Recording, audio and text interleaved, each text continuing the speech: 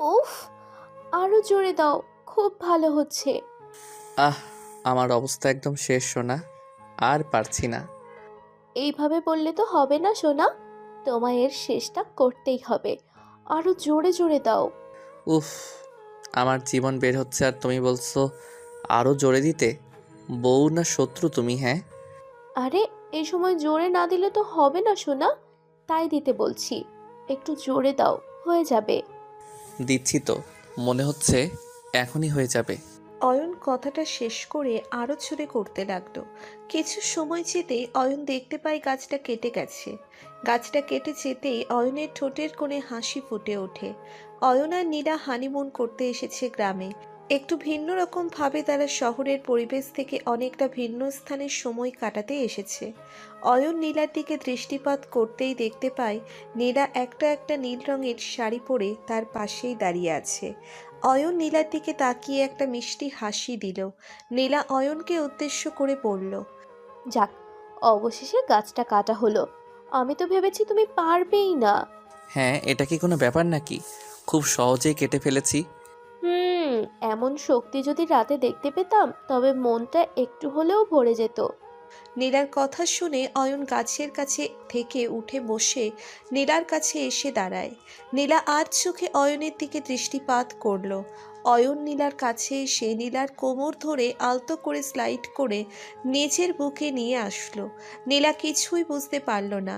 অয়ন নীলার গালে আলতো করে নিচের ঠোঁটজোড়া ছুঁয়ে দিয়ে নীলার উদ্দেশ্যে বলতে লাগলো, কি গো সোনা, রাতে বুঝি আমি শক্তি দেখাই না?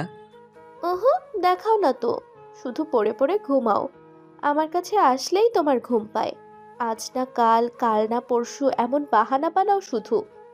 ওরে আমার জান পাখিটারে বলে কি, আজ না কাল, কাল না পরশু? এমন কথা আমি কবে বললাম গো সোনা? বলেছো বলেছো, একটু মনে করে দেখো, দেখবে মনে পড়বে। ও হ্যাঁ, মনে করেছে। বাসর রাতে বলেছিলাম এমন কথা, কিন্তু ওই রাতে তো তুমি আমি ভীষণ ক্লান্ত ছিলাম, তাই বলেছি সোনা। তুমি রাগ করেছো সেই কথায়? তা নয় তো কি, প্রত্যেকটা মেয়ে কতটা আশা করে থাকে সেই রাতে। উফ, কিছু অন্যরকম হবে। ওই রাতটা একটু অন্যরকম করে সেলিব্রেট করবে। তা না করে তুমি এসে ঘুমাতে বললা। এটা কি আদৌ উচিত? ওহ মেরি জান, আমি তো ভেবেছি তুমি ক্লান্ত। আর তার থেকে বড় কথা হলো, আমি ঘুমাতে বলতেই তুমি চিৎপটাং হয়ে ঘুমিয়ে পড়েছো। আর এখন সব দোষ আমার? তোমারই তো সব দোষ। তুমি জোর করতে পারতে। আমি কি কিছু মনে করতাম নাকি? আচ্ছা আচ্ছা, সরি, আমি ভুল হয়ে গেছে। আমার কাছে সব রাত বাসর রাতের মতোই লাগে। তবে চলো, সেই রাতের আদরটা এখন সুদে আসলে পরিশোধ করে দেই।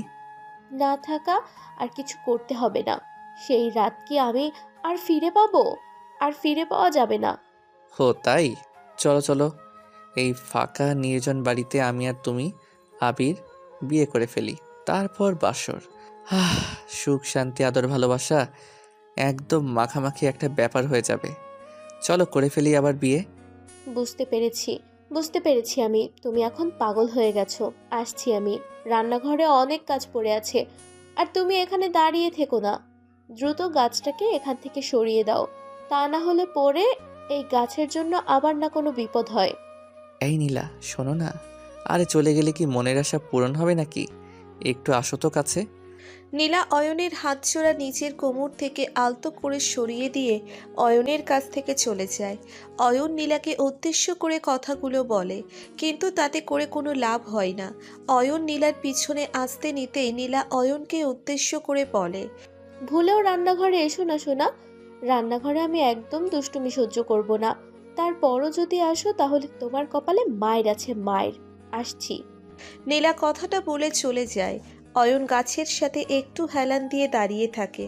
অয়ন ভাবছে তার স্ত্রী তাকে কেন নিজের কাছে টানে না। হানিমুনের আসল মজা তো তখন হয় যখন দুটি মানুষ কাছাকাছি পাশাপাশি থাকে। কিন্তু নীলা তো এই হানিমুনের একদম 12টা বাজিয়ে দিচ্ছে। অয়ন গাছের কাছ থেকে উঠে চলে আসে রান্নাঘরের কাছে। অয়ন রান্নাঘরে আসতেই দেখতে পায় নীলা রান্না করছে। অয়ন নীলার পিছনে দাঁড়িয়ে নীলার রান্না করা দেখছে। নীলা আপন মনে রান্না করে যাচ্ছে। অয়ন নীলার দিকে মুচকি হেসে একটু হেলে তুলে নীলার দিকে এগিয়ে আসে। নীলার কাছে এসে অয়ন নীলাকে পিছন থেকে শক্ত করে জড়িয়ে ধরে। নীলা আচমকা অয়নের এমন জড়িয়ে ধরায় বেশ ভয় পেয়ে যায়। নীলা ভয় পেয়ে ভয়ার্থ কণ্ঠে বলে ওঠে, এই কে? আহ সোনা, এইটুকু স্পর্শে কি কেউ কেঁপে ওঠে আর না ভয় পায়? এত বড় বাড়িতে আমি আর তুমি ছাড়া কে থাকবে বলো? অয়নের কথায় নীলা বেশ বিরক্ত হলো।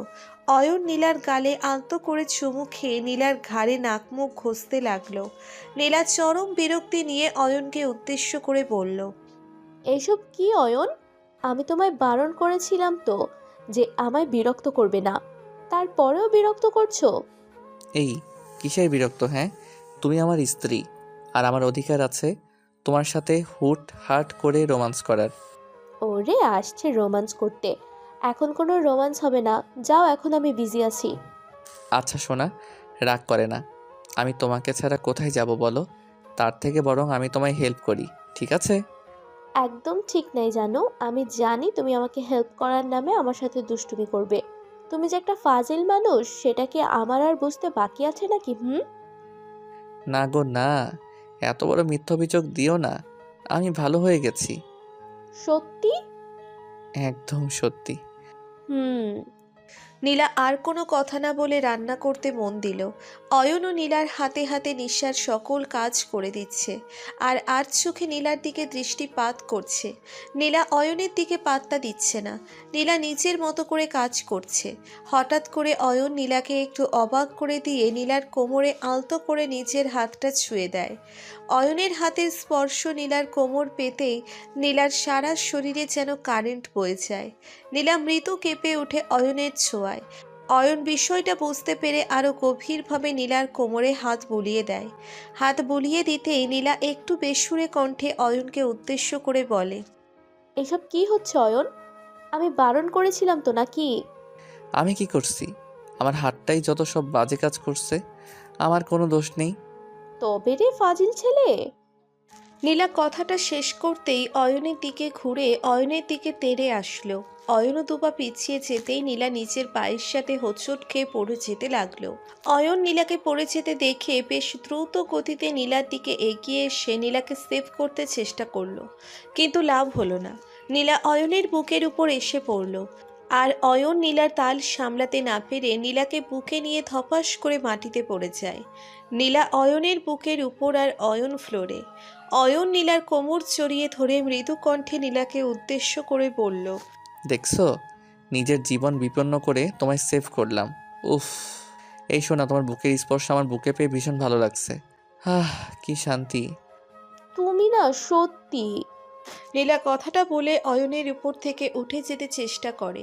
নীলা উঠে যেতে চেষ্টা করতেই অয়ন নীলার কোমর ধরে হ্যাচকা টান দিয়ে নীলাকে আবার নিচের বুকে নিয়ে আসলো। নীলা একটু অবাক হয়ে অয়নের চোখের দিকে দৃষ্টি নিক্ষেপ করলো। অয়নের চোখের ভাষা তার কাছে নতুন নয়।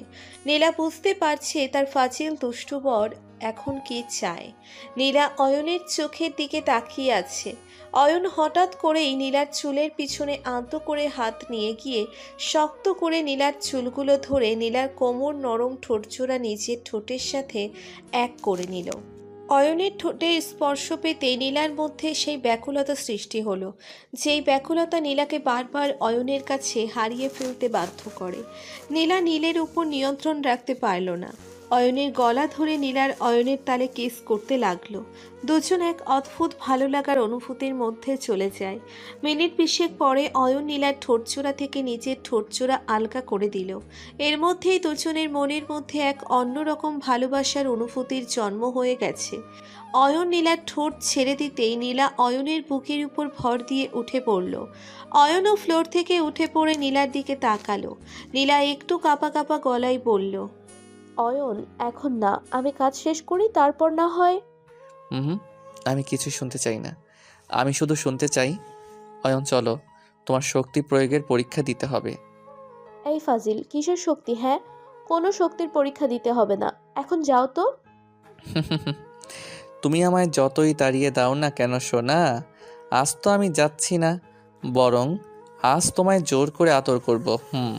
বলেছ না আমি রাতে শক্তির পরীক্ষা দিতে পারি না, আজ এখন দেখাবো শক্তি কাকে বলে, কত প্রকার ও কি কি। আরে সোনা, তখন তো আমি মজা করে বলেছি। তুমি তো হেব্বি শক্তিশালী সোনা। তখন যদি করেছি সলি। ওলে বাবালে, সলিতে কাজ হবে না বেপি, আমি এখন আদর করব মানে করো। অয়ন কথাটা শেষ করতেই নীলাকে কোলে তুলে নিল। নীলা অয়নের গলা জড়িয়ে ধরে আপন মনে বলতে লাগলো, ধুর, তখন যদি এই কথাটা না বলতাম তবে এসব কিছুই হতো না।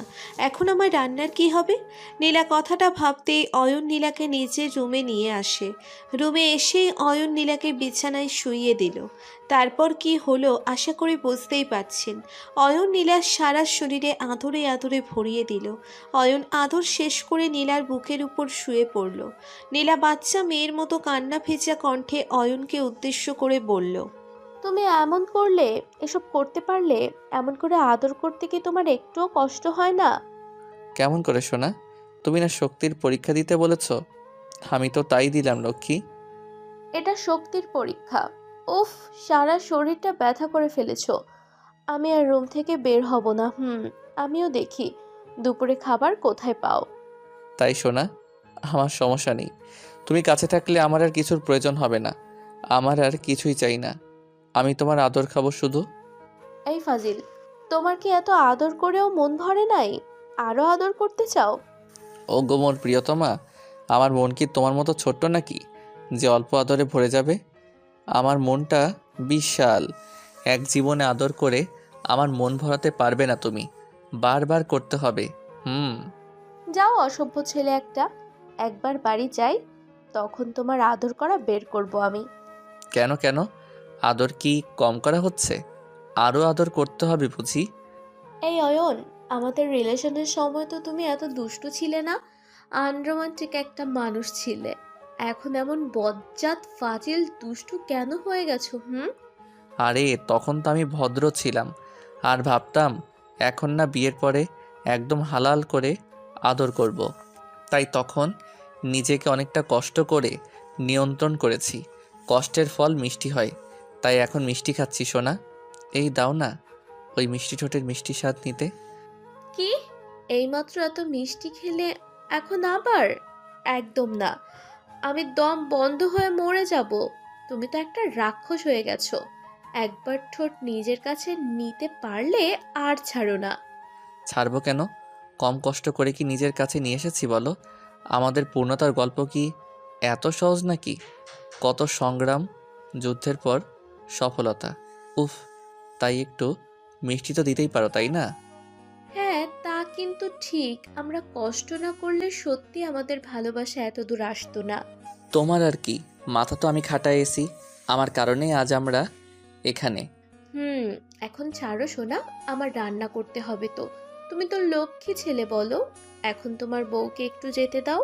নীলার কথা শুনে অয়ন মুচকি হাসল, কারণ অয়ন নীলার পিঠের উপর আলতো করে হাত বুলিয়ে দিচ্ছে। নীলা নিজেই অয়নের বুকে আষ্টে পিষ্টে জড়িয়ে আছে, আবার অয়নকেই বলছে ছেড়ে দিতে। সত্যি মেয়েদের মন বোঝা আর ঘোড়ার ডিম দেখা দুটোই অসম্ভব। অয়ন আলতো করে নীলার থুতনিটা ধরে নীলার মুখটা নিচের দিকে টেনে নিয়ে নীলার নাকের সাথে নিচের নাকটা ঘষে দিয়ে নীলার ঠোঁটে আলতো করে চুমু খেয়ে অয়ন বলল, নিজেই চাও না আমার থেকে দূরে যেতে, আর বলো কড়া ধরে রেখেছি। ফাজিল একটা বউ আমার। চলো ফ্রেশ হয়ে নেই, তারপর দুজন একসাথে খাবার খেয়ে বিকালে নদীর পাড়ে ঘুরতে যাব, কেমন? হুম অতপর অয়ন আর নীলা দুজন ফ্রেশ হয়ে নিল। আজকাল কার সম্পর্কের মাঝে পবিত্রতার থেকে অপবিত্র চাওয়া বেশি, যার ফল সম্পর্কে স্থায়িত্ব বেশি দিন স্থায়ী হয় না। আমাদের সকলের উচিত ভালোবাসাকে সম্মান দেওয়ার এবং সঠিক সময়ের জন্য অপেক্ষা করার। ভালো থাকুক নীলা আর অয়ন, সুখে থাকুক দুটি পবিত্র ভালোবাসার সম্পর্ক।